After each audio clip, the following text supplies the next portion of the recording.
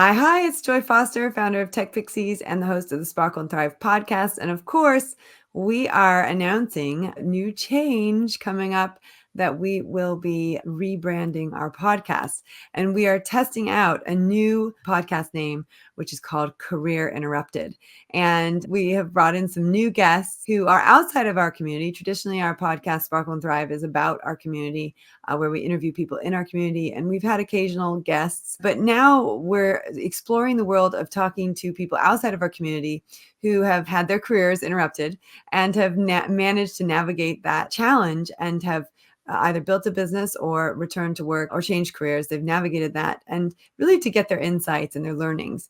And so if you like this new title that we're testing out, Career Interrupted, please send us an email at support@techpixies.com. We're excited about it and we're easing you into that change. And on that note, our first guest in the Career Interrupted style, fashion, direction, however you want to call it, is Louise Goss. And she is the founder of The Homeworker. Prior to starting The Homeworker, which, by the way, I made the mistake of thinking it was The Homemaker, and she invited me to be interviewed for her audience.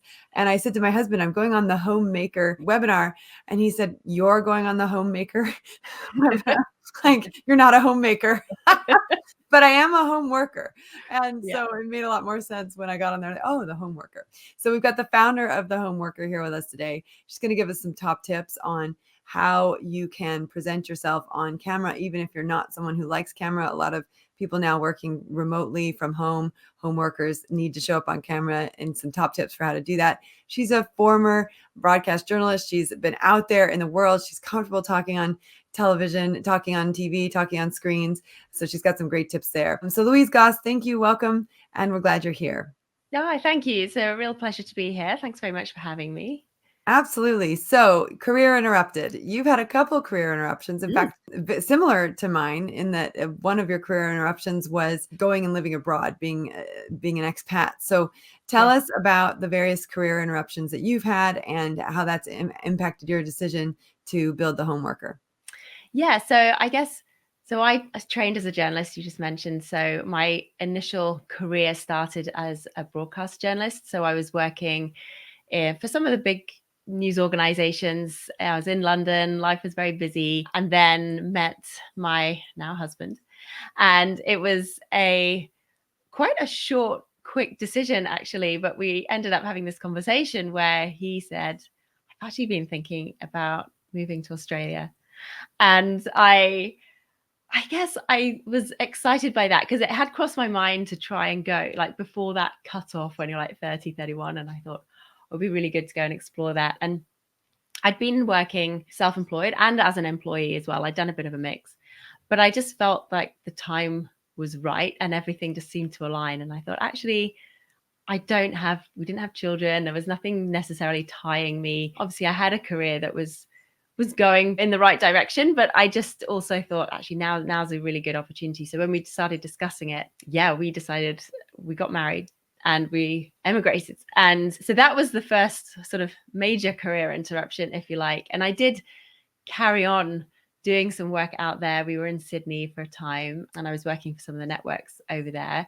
But I'd also had a few, I say health issues, which sounds very vague, but I knew that I also needed a bit of a break. Like we'd be going through a bit of a tough time and I felt I needed to step back. And it was also an opportunity.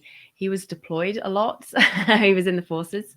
So there were all these different things going on. We just moved to this new country. My husband was away quite a bit. And I felt like I needed to kind of reassess as well, because I'd just been like, go, go, go. And I'd been in London and starting to perhaps feel, in hindsight, a bit of burnout creeping in. So I ended up stepping back and going freelance and just exploring some different opportunities, which was exciting. And I think I still wanted to keep my hand in sort of the journalism side, but I ended up writing a memoir for somebody. So I was sort of like ghostwriting their story, which was really interesting for me. I then also ended up working and helping to start a fintech startup over there in Sydney. But it was through doing that I became aware of all these small businesses. We were working a lot with small businesses at the time. And it just, I guess it highlighted to me that there is this huge like microeconomy behind closed doors of people who were running very successful businesses. And this ranged from everything. It was, a small, perhaps craft-based business to a lawyer doing multi-billion-dollar deals from their kitchen table. And I thought that was interesting. And again, I think the journalist in me, I like stories. I like hearing about what people get up to and how they make things work. So when we eventually moved back to the UK, and this was kind of, I guess, career interruption number 2, I found myself with 2 very young children and wondering, okay, what next? There's a whole other conversation, isn't there, around childcare and how that impacts everything. But I was finding it very difficult to find a role that suited me that I could do around the children at that time, because this was pre-COVID and remote working, flexible working, it wasn't really in our vocabulary at the time, as strange as it seems. So I ended up going, right, well, okay, I'll start my own thing then. This is another opportunity for me to start my own thing. And with this kind of background, sort of experience of having worked with all these small businesses, I thought there's something in that. And the angle for me was that they were all working from home and nobody was really talking about that. So there were lots of resources and help and support out there for small businesses, I think, or it certainly was growing. But what interested me was the fact that they were doing this without the office infrastructure around them and without that support that felt very normal. And for most people, that was what work was. Work was going to the office. And so I kind of wanted to explore that a bit more. And when I started talking to people and also thinking about my own experience, having done it myself, I'd been freelance, I'd been writing from home, I'd been doing lots of things. And I started to unpick that. And I realized that there is a lot more to it. So working from home is not shirking from home, as some of the headlines might make you believe. I was actually, no, this is, working from home, it's actually quite tough. Like it requires a lot of discipline. It requires a really positive and proactive mindset. It requires a good environment that you set up for yourself. You have to communicate slightly differently, and you've got to think about how you're looking after yourself as well, because the boundaries become very blurred between work and home life. And so that for me was the foundation to actually I could create a magazine out of this, because there are so many different topics to explore. And that was kind of how the idea of the homeworker sort of came about. And, I think it's been interesting. There are a lot of things now with having had 2020 and the lockdowns and COVID and so many people having to work remotely from home. And there's a lot of stuff out there now about how to work from home, 5 top tips and this sort of thing. And obviously at the start, we were covering that kind of thing. And now I think what's interesting is just exploring some of these avenues in a little more depth and covering, I mean, when I think back, we've done almost 5 years now of content on this. So there's so much that we have covered and talked about, but it can be anything from how to focus better when you're working from home, but talking about it through someone, say, with ADHD and some of the coping strategies that they might use and how that can be applied to somebody who works from home and might have lots of other distractions going on as well. We had a really interesting interview with someone on feng shui and how you can make that apply to your home office, and desk snacking and like the good stuff, the bad stuff, multitasking, how you can kind of get out of that habit of multitasking as well. So there are so many things. Again, they sort of cover these main areas, I guess, of your well-being, which I think is fundamental. Your sort of habits and routines that you create for yourself, your communication, your mindset, and your work environment. And I guess in all of those, none of those I've mentioned the word productivity. I just think that's a word that gets used a lot and can almost become a bit toxic these days. But with the things that we talk about, I feel like once you get all of those aligned and you work and support all of those different areas, that's when you become productive, because it's as a result of all of the other stuff that you have to kind of make work for you. So yeah, it's a real, I think someone described it quite well to me. They said the homework is like a kind of manual for life. And it is, but it's a kind of work life. And that's pretty much how I see it. It's kind of supporting all areas, but with that angle and that lens of doing it on your own a lot of the time and from home.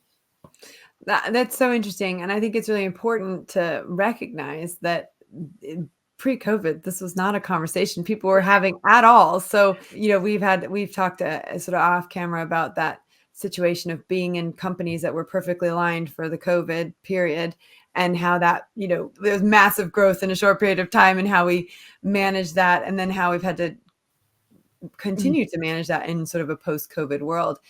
What would you say in the work that you've done that you're the most proud of? Because I think this, what you've created, like you said, you've written content for over 5 years. And when I teach our social media superhero bootcamp, I talk about the 3 different types of content you can put out into the world, right? I say you can put out videos, you can put out podcasts, and you can put out blogs. And effectively, a digital magazine is a version of a blog. And you've been able to build a business model around that involves subscription, which I think is awesome. So you've been able to monetize it as well, which I think is really important. And I'd love to dig more into the business side of it, because when your career gets interrupted, you've really got a couple choices, right? You return to work, or you change careers, or you start a business. Those are sort of the 3 options, or you check out, I guess, is the 4th option. And we work with a lot of women who check out for a while and then they check back in, but they still have to figure out which path they're going to go down. So what's the thing that you're the most proud of the work that you've done the last 5 years? That's a good question. I don't know if I can. There's not one thing that instantly. I suppose actually the one thing that I instantly think about when you say that is the print magazine. It's a product, and it's something that I suppose I've literally just created for I suppose it's like somebody writing a book, and that, seeing that in print and getting those boxes of books, and you think, gosh, the work inside that's all mine. I say it's all mine. Obviously, I've interviewed a lot of people, so it's a lot of expertise that I've collated and curated and put into it. But I think because the feedback has been so positive, I think when you create something, and in some ways it goes for the digital product too, but when you create something that people genuinely seem to love, then it really just gives you that kind of warm glow inside, and that makes you proud, because you think, oh gosh, I have, that was me, that was my idea, it didn't exist before, and now I've brought it into the world. It was like that 3rd child for me. And I think the community around it as well has been huge, and I just love, most of that is now done through our mailing list and our newsletter community, if you like, but it's a community that, again, is quite responsive, and I love hearing from them. And it just, again, it's always lovely to hear from people when they say that really resonated with me, or thank you for writing about that, or talking about that today, because I'm going through, people start opening up to you. They say, I'm going through this at the moment, and actually this has been really helpful. And of course, there are a lot of people you don't hear from regularly all the time. You just know that they're receiving something, but they're, and you just hope that it's working for them and it's landing well. And I think over the years, it's that positive feedback, and the fact that I know that there are people out there who have benefited from what I've been doing. I mean, that's, I guess, what every business owner likes to know. But in terms of the product, that print magazine, because I took a lot of pride in creating something that I hope was quite beautiful and aesthetically pleasing for people to receive, as well as supportive and useful information. So it was a real combination of both that sort of style and substance, if you like. And when I started sending them out, I really wanted it to feel like people were receiving a gift. It was always my aim, like, you buy a magazine, and especially if you do it sort of like a mail order, or you get it in the post, and it's often just wrapped in plastic, and there you go, you got your magazine. So I really wanted to make this something special, that when people had the whole experience of receiving it as well. So they are wrapped, sort of, they're sort of like not fully gift wrapped, but they come wrapped. They have little bits and pieces, extra inside when people receive them, and little notes and postcards and helpful things. And yeah, I think it's always a pleasure for people to receive it. It's quite an exciting thing for people to receive. It's not just another bit of mail through the letterbox. So I think that's been something I've been really proud of too. I love that. So you've gone down the road of effectively this digital magazine. There's a subscription, and then you've also got this print magazine that comes out every year. You leverage skills that you had, including but not limited to the fact that you are comfortable on camera. And not everyone is. And, there's two things that you said that really resonate with me related to our superhero bootcamp. But the first one is this idea that your message is more important than your fear of getting it out there. That if you can help one person, you've done your job. And then obviously, if you can help more than one person, it's even better. It's a bonus. And as you start to create content that resonates, you realize that you are touching lives and helping people transform. So that idea that your message is more important than your fear of getting it out there really is important. But the second thing that you've touched on is what I call taking off the invisibility cloak. It's sort of superpower number one, right? It's, how do I get the confidence to take off my invisibility cloak and show up, and what you're saying is, your home workers have to do so much of their communication through video now. Particularly, it used to be you just picked up the phone and called people, Right. but that's not necessarily how it works these days. You book a Zoom call, you schedule the Zoom call. I have one investor who he is fine with Zoom, but he's often not around to do Zoom, and he'll actually call me and talk on the phone, Yeah. and it's like, oh my gosh, we're going back, 20 years where we used to call people on the phone. So what are your top tips for people working from home, either remote workers or home workers, entrepreneurs, etc.?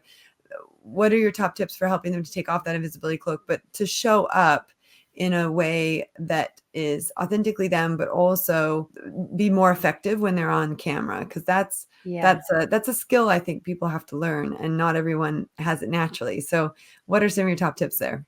Yeah, so it's a good point, because obviously now that a lot of us are communicating to camera, some people, even when they're incredibly confident, talented people, you stick a camera in front of their face and that all goes out the window because they're suddenly like rabbit in the headlights, don't know where to look, don't know what I'm saying. And it is difficult. And I guess I got used to doing this and talking to effectively a little hole. And I think the main thing for me is, I don't know, it sounds obvious or easy, but it is to be yourself. Because I think the problem with when we are faced with a camera, it suddenly can make people feel like they're in this awkward situation and it's not natural because they're not talking to an actual person. And I mean, even when you are talking to a person like we're talking now, but you're not in my direct line of sight because I'm actually having to focus on the camera. And so, and that's really awkward, because if I start looking at you, or the tendency maybe to look at yourself when you're on the screen, and suddenly your eye line completely changes. And that's one of the key things I always say to people is make sure you are actually focusing on the camera, because as soon as your eye line changes, it looks as if you're perhaps not listening or you're not interested, and depending on the situation that you're in, you can also kind of lose a bit of trust there as well, because it's like someone with a shifty eyes when they're not quite looking at you. I was on a call the other day, and normally my computer's a bit further back like it is now. Yeah. And so it's less obvious where I'm looking, but I had the computer really close because I was in a hotel, and I was at a table, and I noticed that when I was trying to look at the person, it looked like I was looking to the side instead of, and I had never seen that happen because the way that I've got it set up here, I've got a bit of distance and it's not as obvious, but it really, I thought, I hope he knows I'm looking at him. I know, because you're naturally, when you're talking with somebody, you want to look at their face. And so that is one of the things that I think people quite often perhaps get wrong. I mean, not intentionally, but they just, they naturally want to look at themselves or at the person they're speaking to. And so, that sort of the whole eye line thing is so important, because again, we use cameras to communicate now. It might just be a meeting with loads of other people. It might be a one-on-one with your boss, or it might be an interview situation. It might be something quite high stakes, or it might be a social media and you're just recording like a reel or something, but you still want to come across well and authentically, and you want your message to come across and land well, because as soon as that doesn't happen, you've kind of lost your audience. So I think the eyeline thing, I talk a little bit sometimes about your setup and what you've got going on behind you as well, because that can be, again, it can either be really distracting, or it can be completely stark and bland, and you kind of, it just perhaps doesn't look so good for yourself either. And there's loads of little things you can do that can just improve how you look on camera. And I one thing I'm always very keen to say and start when I talk to people about the whole camera confidence and coming across well is, I'm not here to talk to you about your fashion or your makeup or any of that. There are little things you can do to enhance how you come across, but ultimately you've just got to be yourself and be comfortable, because as soon as you're comfortable, then you're naturally going to come across better. Because, you know, if you suddenly think I've got to look a certain way or come across a certain way, then you can be perhaps a bit more stilted and you're not just, you know, getting into the flow of what you're doing. And I think the other thing is really to have your audience in mind. I mean, in business, you're always going to be talking about your audience and, you know, who are your audience? Who is that ideal person? And I think at the same time, when you're talking to a camera, think about your audience, because you might be recording something and not actually be able to see anyone. And that's also can be a bit uncomfortable for people. It's like, this feels weird because I'm just talking and I'm the only person in the room. But it's either the people that are there, whether it's on a webinar or in a meeting, you've always got to think about, why are these people here and why am I showing up? And it kind of goes back again to that, the whole purpose. You talk about purpose in everything when it comes to business. And I think, again, you think about it even on this scale, like, what's the purpose of me showing up and doing this? Am I here to inform people? Am I here to promote something? Am I here to entertain? You know, whatever it might be, you've always got to have that front of mind and what your audience are expecting from you. And I'm sure you talk about this with social media as well. There's a degree of consistency that's important too, like how you're showing up on camera.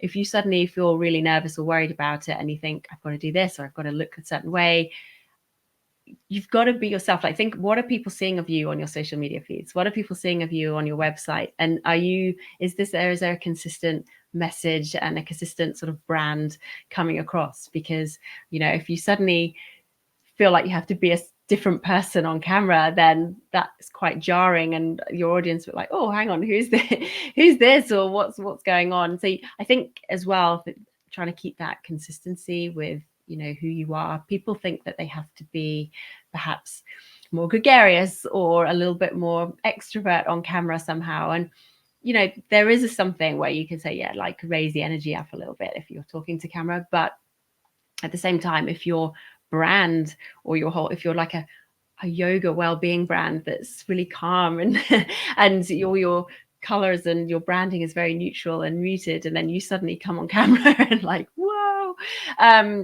that's not obviously what people are expecting. So I think as well, just bear in mind what people know of you and what people are expecting and what your brand is about, because that's really important too. Those are all really great tips, and I think important to embrace. I talk about 3 things, you know, having good lighting, bringing Yes. a smile. So you're smiling while you're talking, which you do brilliantly. You know, that's smiling and talking at the same Yeah. time, because that brings the energy. And then I always say, you know, the camera angle, so that you're not like giving people your double chin. I do talk about camera angles a lot, and there's an interesting with camera angles, because, you know, you don't you may have been in meetings or in situations where you've sort of had the camera on and you're like looking up their nose and you're like, oh, this isn't great. And I think if you think about people taking selfies, they're often sort of doing it up here, so they're like, you don't get the double chin and you're trying to make it a bit more flattering. I say it's important to obviously be looking at the camera, but have it maybe just a tiny bit above you. It doesn't have to be, you know, way up here, because the other thing that can happen if it's too high is it can actually dwarf you and minimize you a little bit, and that can, again, it sort of perhaps makes you look a bit more inferior, or it can even make your message perhaps seem less significant. So it's about that real balance. But yeah, camera angles are really important. Lighting, really important. You want people to be able to see you. It's quite a dull day outside at the moment, and I have quite a lot of windows in this room where I am, but I've had to put a few extra lights on today, because otherwise I just sort of like look like I'm in shadow the whole time. But again, that's really important. It's all about your audience experience, because, you know, you've got to think about, okay, we talk about audience, you've got to think about not just what they're experiencing of you as a brand, but can they see you properly? Can they hear you properly? And, you know, as soon as they can't do any of that, then you've lost them. So yeah, really important that you talk about those things too. Well, thank you for sharing your insight. What I'd also like to talk about before we wrap up is the business side. So, as I said, when your career gets interrupted, there's sort of different ways you can go. One is change careers, do something totally different. Another one is to start a business. Another one is to return to work. So going back to, like, let's say it's interrupted because you're looking after elderly parents, or you're looking after a spouse or children or whatever. You can go back to work in some form or capacity. And obviously, if your career is interrupted, you might need to check out for a little while as well.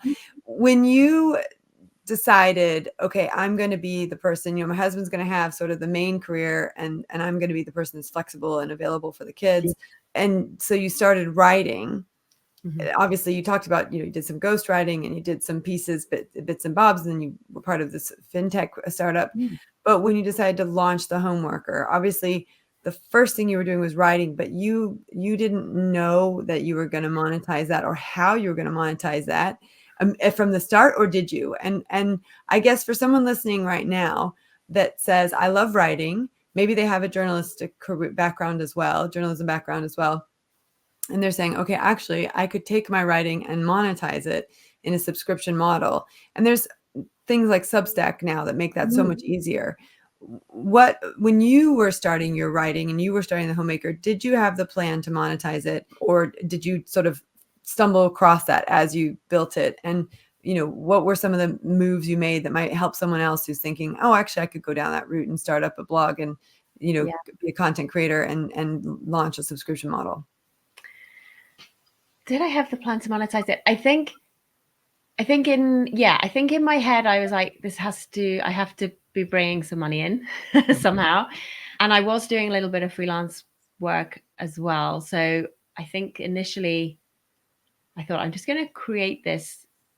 And there was a little bit of try it and see. What I did beforehand was actually try and build up some interest and almost have a bit of an audience ready to go. I think that was one of the things that I did. So I'd been part of a few Facebook groups, and I think that was probably the first where it all started, with me just talking about it, mentioning it. I've got this idea, and people were like, oh, this sounds really interesting. And then, and the importance of this, it was before I even started creating any of the Homeworker content, it was setting up an emailing list, so that basically I said, if we're interested, sign up and I'll let you know when we launch. So I had people, not loads of people. I mean, there were probably like 40 or 50 people maybe in the initial, list. So you had a period of time where you were building up the idea and getting people signed up to being the first people to know about it. Absolutely. And I think because when I had the idea, and I was scared, like I was thinking, I don't know if I can do this, because again, a lot of my experience was broadcasting, not print and digital, although I had done some digital stuff because the world was just going that way. It was taking me time to build up some content for that initial issue, if you like. So while I was doing that and I was talking to people and interviewing people, and then they were interested. So I also had, you talk about, if you're talking with other people, you also have people who can then also help you spread that word. So it was sort of putting those feelers out and getting people interested. And then, so when the first issue came out, I had people ready to buy it. That was the first thing. And actually, what was interesting was the print came about because people, the first couple of digital issues, they were like, we love this. This is brilliant. Like nothing like this had existed before. And they were like, could this be in print? Because I just, people still love that sort of tangible hard copy. And I think they liked the design and the aesthetics, and they thought this would be really nice in print. And so I thought, okay, I did like a small print order, print run, and that went really well. Like people really loved that. So then I had something else that I could promote as well. So, but all the way along, it was building the mailing list, I think, is such a key thing, and having people interested, because that they are genuinely interested and they want to know what if they've given their email, it's another step up. And actually, that is I'm so glad you mentioned that, because I talk about it a lot, and I say that the sales are in the mails, and I believe that like wholeheartedly. And we can leverage social media, like you said, leverage a Facebook group in order to connect with people. But ultimately, you want them off of Facebook and on your mailing list because they're going to see your content more.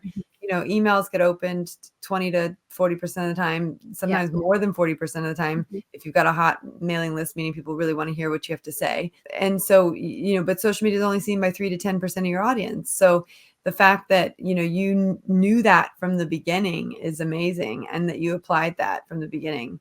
And I think it's a really important thing for people to hear. They're listening to this. Look, you can pre-promote, but what you're promoting is getting them interested by giving them, getting people to give you their email address.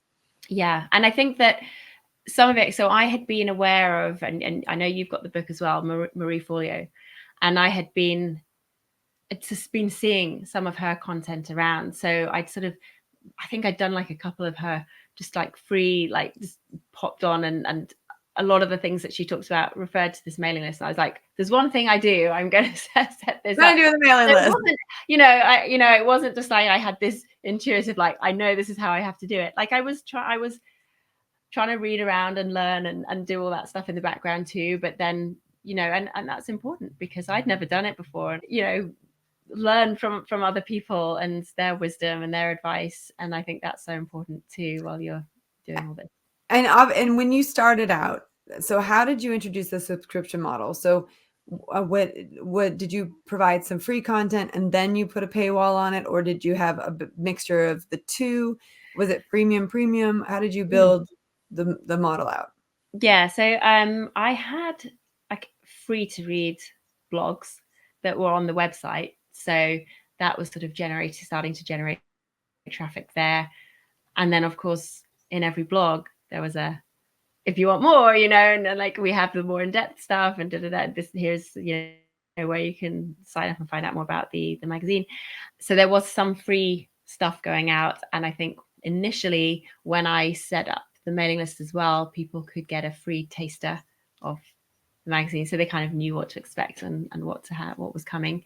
And then but the actual access to the magazine, that was all paid for. And I didn't set the subscription up straight away either, because again it came from audience feedback. A couple of people would be like, oh, like, do you have a subscription? Can I get this regularly? And that's when I knew. I was like, oh, okay, people are enjoying this and I need to do that. So I think I only did it quarterly because it's just me. It was just like I wanted to do something that was quality, and I knew that with what I wanted to do, I didn't have the capacity to be churning like a weekly thing out necessarily that was had the substance that I wanted as well. So it was a quarterly digital, and I think by issue 2 I was like, okay, now I'll set up a subscription for it. So, and you learn as you go, like the different platforms. I think about what I started using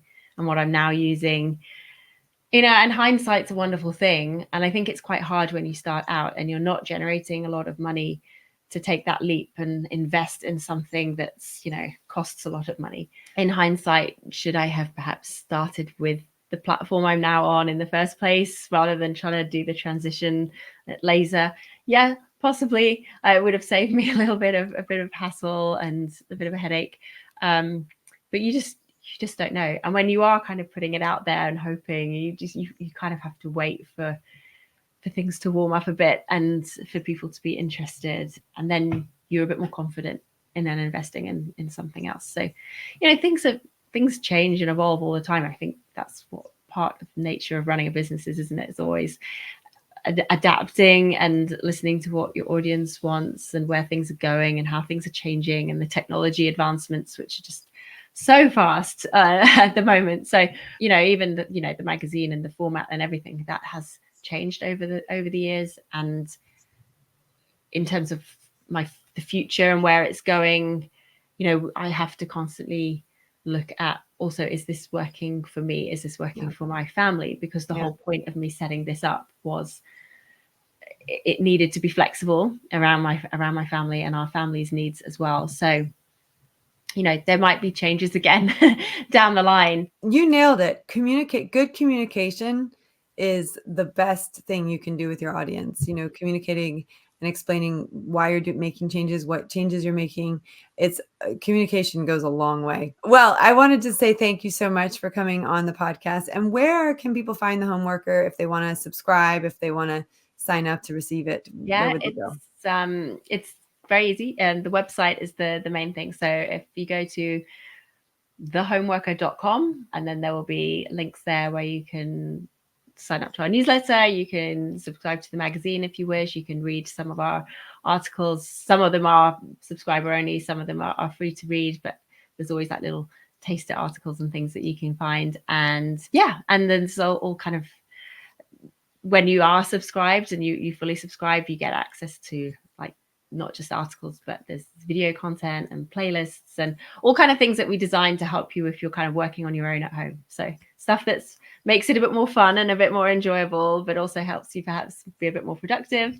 And so it's a whole kind of platform now rather than just the magazine. There's lots of other resources available for people. So absolutely. And of course, a huge portion of our audience, if not almost all of our audience, are home workers. Some of them are homemakers too, but not. I know it's an easy mistake to make, but because I do remember, I think someone has made that before. I said that homemaker, and I was like, well, I don't think my husband would describe me as a homemaker either. Like, I try my best, but I think to be fair, most women who run businesses probably aren't the best homemakers. Yeah, but they're great like when you have makers. 2 kids, when you're running around after school taking them swimming and dancing and all the rest of the stuff they do, I'm like, the home bit is it becomes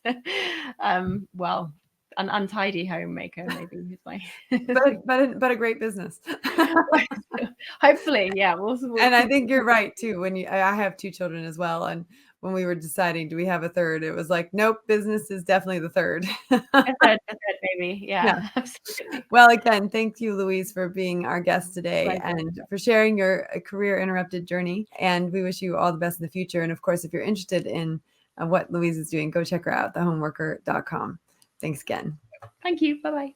I love that we got to interview someone outside of our community that's doing amazing things and has a lot of alignment with what we do at TechPixies, right? That idea that your message is more important than your fear of getting it out there, that there are some great tips for how you can show up on camera. Really, really important. I love it. Sue's watching live and she says, the dishes can wait. Yes, the dishes can always wait. Business is so much more interesting to those of us who choose that path after our career has been interrupted. So thank you for listening. And do let us know if you like the new title of the podcast.